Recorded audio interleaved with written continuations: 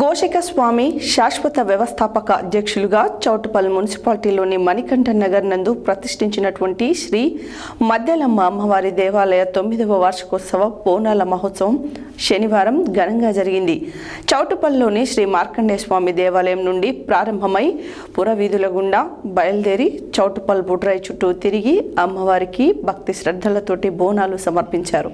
గోషిక స్వామి శాశ్వత వ్యవస్థాపక అధ్యక్షులుగా చౌటుప్పల్ మున్సిపాలిటీలోని మణికంఠ నగర్ నందు ప్రతిష్ఠించినటువంటి శ్రీ మద్దెలమ్మ అమ్మవారి దేవాలయం 9వ వార్షికోత్సవ బోనాల మహోత్సవం శనివారం రోజున ఘనంగా జరిగింది.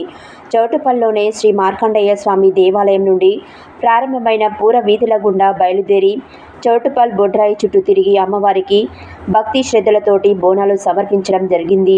అనంతరం లలిత సహస్రనామ పారాయణం కార్యక్రమం దేవాలయ ప్రాంగణంలో నిర్వహించినారు. మన యాదాద్రి భువనగిరి జిల్లాలో మొట్టమొదటిసారిగా శ్రీ జోగిని సుధా స్వామి గారిచే భవిష్యవాణి చెప్పడం జరిగింది. అనంతరం అన్నప్రసాద వితరణ దేవాలయ కమిటీ ఆధ్వర్యంలో నిర్వహించడం జరిగింది.